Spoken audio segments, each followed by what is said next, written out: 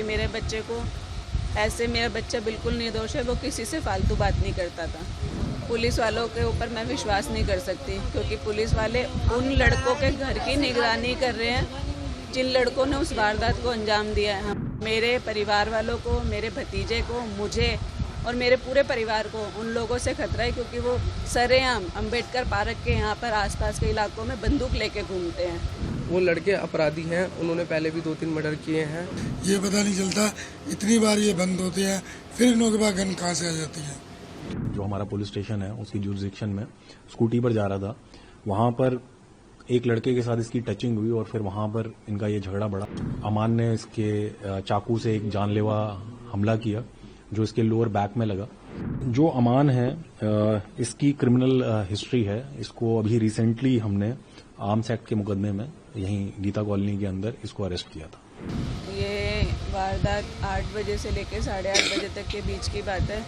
मैं उस समय यहाँ पर प्रेजेंट नहीं थी, मैं अपने ऑफिस में थी। मेरे पास घर से यहाँ से फ़ोन गया था कि आपके लड़के को मार दिया है। बाकी मुझे इस बारे में कुछ नहीं पता, लेकिन मैं चाहती हूँ कि मेरे बच्चे को इंसाफ मिलना चाहिए, क्योंकि मेरे बच्चे को साजिश के तहत मारा गया है। क्योंकि मेरे बच्चे को ऐसे, मेरा बच्चा बिल्कुल निर्दोष है, वो किसी से फालतू बात नहीं करता था, किसी से भी फालतू बात नहीं करता था। जिस लड़की का और जिस लड़के का नाम आया जा रहा है, मैं चाहती हूँ, मेरी डिमांड यही है कि उस लड़की से, उस लड़के से पूछताछ हो, उनको कड़ी से कड़ी सज़ा दी जाए। पुलिस क्या कह रही है, पकड़ लिया है या अभी फरार है? पुलिस वालों के ऊपर मैं विश्वास नहीं कर सकती, क्योंकि पुलिस वाले उन लड़कों के घर की निगरानी कर रहे हैं जिन लड़कों ने उस वारदात को अंजाम दिया है। हमारे घर पे कोई भी पुलिस वाला नहीं आया पूछने के लिए। मेरा भतीजा मेरे बच्चे के साथ था। मेरे भतीजे को दिक्कत है कि उसको कोई, क्योंकि गवाह सिर्फ वही है जो मेरा भतीजा अमन है, सिर्फ वही गवाह है। उस मेरे भतीजे की, अमन की जान को खतरा है, क्योंकि उसने साक्षात वो सारी चीज़ें देखी हैं। लेकिन पुलिस वालों की कोई कार्रवाई सही ढंग से नहीं होती दिखाई दे रही मेरे को। बस मैं ये चाहती हूँ कि पुलिस वाले यहाँ पर आएँ, हर चीज़ पता करें, इन्वेस्टिगेशन करें अच्छी तरीके से, और मेरे बच्चे को इंसाफ मिले। क्या बेटा आपका इकलौता था और भी कोई? मेरा इकलौता बच्चा था। क्या काम करता था? मेरे बच्चे ने अभी स्टार्ट किया था काम स्पीकर का। तो कोई पुरानी रंजिश थी या आप जैसे बता रहे रंजिश थी? अब मुझे ये नहीं पता कि पुरानी रंजिश थी या क्या था, इस बात के बारे में नहीं पता। ये बात वो लड़की बताएगी जिसका नाम गुल्लो है। उसकी एक बहन का नाम साहिबा है। उसके दोनों जो लड़के हैं, जिनका पिता का नाम गफ़ार है, गफ़ार के 2 लड़के और लड़कियां भी हैं जिसका नाम साहिबा, मुन्नी, गुल्लो। उसकी माँ को भी ये बात पता थी, उसके गफ़ार को, उसका जो पिता है गफ़ार, उसको भी ये बात पता थी। उनके जो लड़के हैं वो भी बंदूक लेके ऐसे ही घूमते रहते हैं, सरेआम गुंडागर्दी करते हैं। तो मेरे परिवार वालों को, मेरे भतीजे को, मुझे और मेरे पूरे परिवार को उन लोगों से खतरा है, क्योंकि वो सरेआम अंबेडकर पार्क के यहाँ पर आसपास के इलाकों में बंदूक लेके घूमते हैं, जिससे हमें बहुत ज़्यादा खतरा है। तो मैं चाहती हूँ कि उसके परिवार से पूछताछ की जाए, सारी हकीकत सामने आ जाएगी। सर, मेरा गैरेज का काम खत्म हो गया था, वो मुझे लेने आया था घर के लिए। 8 बजे की बात थी। हम जा रहे थे, हमने अंबेडकर पार्क शिव मंदिर के पास से कट लिया। हमारी स्कूटी का साइड मिरर 2 लड़कों को लगा। उन्होंने गाली दी, हम वहाँ पर रुके। उन्होंने एकदम से गन निकाली और यश के सर पे लगा दी। यश ने वो गन पकड़ी, मैंने उस लड़के को पकड़ा। दूसरा लड़का सर वहाँ से भाग गया, तो हमने उसको पकड़ के रखा था। जो दूसरा लड़का भागा, वो 2 मिनट के अंदर 3 लड़के लेके आए हैं जिनके हाथ में चक्कू थे। हम उन सबको छोड़ के भागे। यश के भागते भागते यश गिरा, उसके चक्कू मारा। यश उठ के फिर भागा 50 मीटर तक, फिर वो वहाँ से गिर गया। फिर उसको हमने ऑटो में बिठाया पब्लिक की हेल्प से। ऑटो में बिठाने के बाद कुंदन नगर लाल बत्ती ग्रोवर हॉस्पिटल में हम उसे लेके गए। वहाँ पर मृत्यु घोषित कर दिया था डॉक्टर ने। क्या आरोपी पकड़े गए हैं? सर कोई कुछ नहीं बताया है। अब आप कानून व्यवस्था कि सख्त से सख्त कार्रवाई हो, उसमें एनकाउंटर होना चाहिए, फांसी होनी चाहिए। जी सर, वो लड़के अपराधी हैं। उन्होंने पहले भी 2-3 मर्डर किए हैं, जिसमें से वो एक लड़का छूट के बार बार आ जाता है, जो है नाबालिग। 2 लड़के बालिग हैं और सरेआम गन लगा के घूमते हैं। अभी 6-7 महीने पहले उन्होंने मर्डर करा है और 6-7 महीने हुए हैं वो छूट के खुलेआम घूम रहे हैं 15 दिन बाद ही। ये पता नहीं चलता इतनी बार ये बंद होते हैं, फिर इनों के पास गन कहाँ से आ जाती है।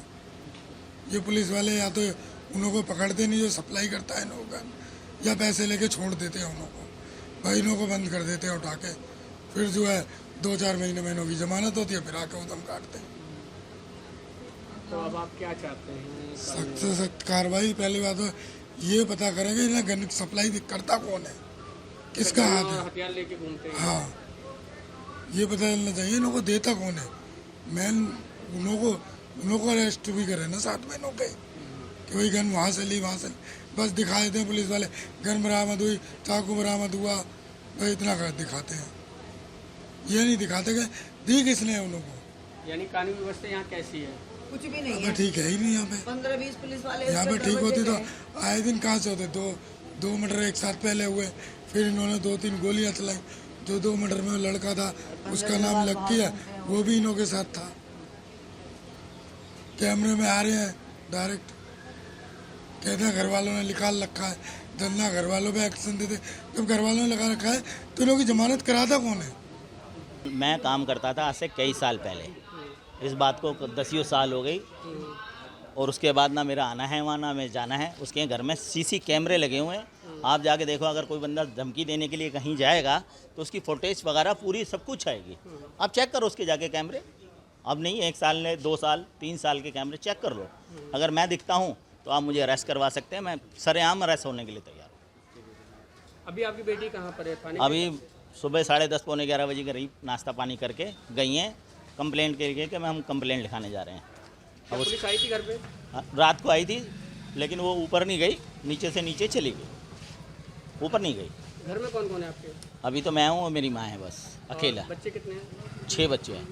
कभी ऐसे बात हुई? नहीं, मेरी कोई किसी से कोई बात नहीं हुई, ना उसके बाप से, ना यश से, ना किसी से कोई बात नहीं हुई है मेरी। बड़ी दुखद घटना है ये। कल करीब 9:50 पर हमको एमएलसी मिली RS ग्रोवर हॉस्पिटल जो लक्ष्मी नगर में है, वहां से ये इतला मिली कि एक लड़का जिसका नाम यश है, जिसकी उम्र 19 साल है, उसको डिक्लेयर्ड डेड। जब उसको हॉस्पिटल लेकर गए घायल अवस्था में, तो डॉक्टर ने उसको डिक्लेयर डेड कर दिया। वहां पर उसको एडमिट कराया गया, तब ये एमएलसी हमको मिली। जांच में ये पता चला कि ये यश नाम का लड़का अपने कजन के साथ रानी गार्डन एरिया गीता कॉलोनी जो हमारा पुलिस स्टेशन है उसकी जुरिसडिक्शन में स्कूटी पर जा रहा था। वहां पर एक लड़के के साथ इसकी टचिंग हुई और फिर वहां पर इनका ये झगड़ा बढ़ा, और उस झगड़े के दौरान उन लड़कों में से एक लड़के ने, जिसका नाम अमान है, अमान ने इसके चाकू से एक जानलेवा हमला किया जो इसके लोअर बैक में लगा, एक चाकू का, जिससे ये घायल हो गया। और घायल अवस्था में जब इसको हॉस्पिटल ले गए तो इसकी मृत्यु हो गई। इनिशियली जो हमारी जांच में आया तो इसमें 3 लोगों का नाम इसके अंदर हमारे सामने आया है, जिसमें से 2 लोग तो अडल्ट हैं, मेजर हैं, और एक लड़का माइनर है। जो मेजर हैं उसमें से उसका नाम अमान है, एक का जो यहीं रानी गार्डन एरिया का रहने वाला है, एक का नाम लक्की है जो सरोजनी नायडू पार्क में रहने वाला है, और एक लड़का इसमें जुवेनाइल है जिसकी उम्र 15 साल है। सर, किस बात को लेकर दोनों के बीच में झगड़ा हुआ था? क्या रोड रेज सीरियस रहा सर? अभी जो भी इनिशियल हमने जांच करी है, उस जांच के अंदर तो यही है कि ये यश जो मृतक है अपने कजन के साथ जा रहा था स्कूटी पर, और स्कूटी की टचिंग हुई जो लड़का 15 साल का उसके साथ, और फिर इन लोगों का वहीं पर ही झगड़ा बढ़ गया, और झगड़े के बाद ये जानलेवा हमला इसके ऊपर हुआ। तो वो माइनर के साथ बाकी लड़के भी मौजूद थे? माइनर के साथ वो बाकी लड़के वहीं मौजूद थे। तो उसके बाद सर कहाँ से इन लोगों को अरेस्ट किया गया है? इनको हम लोगों ने ईस्ट दिल्ली की जुरिसडिक्शन है वहां से अरेस्ट किया है इनको। इसमें जो अमान है इसकी क्रिमिनल हिस्ट्री है। इसको अभी रिसेंटली हमने आर्म्स एक्ट के मुकदमे में यहीं गीता कॉलोनी के अंदर इसको अरेस्ट किया था। और इसके अलावा बाकी 2 जो हैं सर, एक माइनर है और लक्की जो है, माइनर की तो फिर इन्वॉल्वमेंट हम लोग रजिस्टर नहीं करते हैं, रिकॉर्ड नहीं रखते हैं।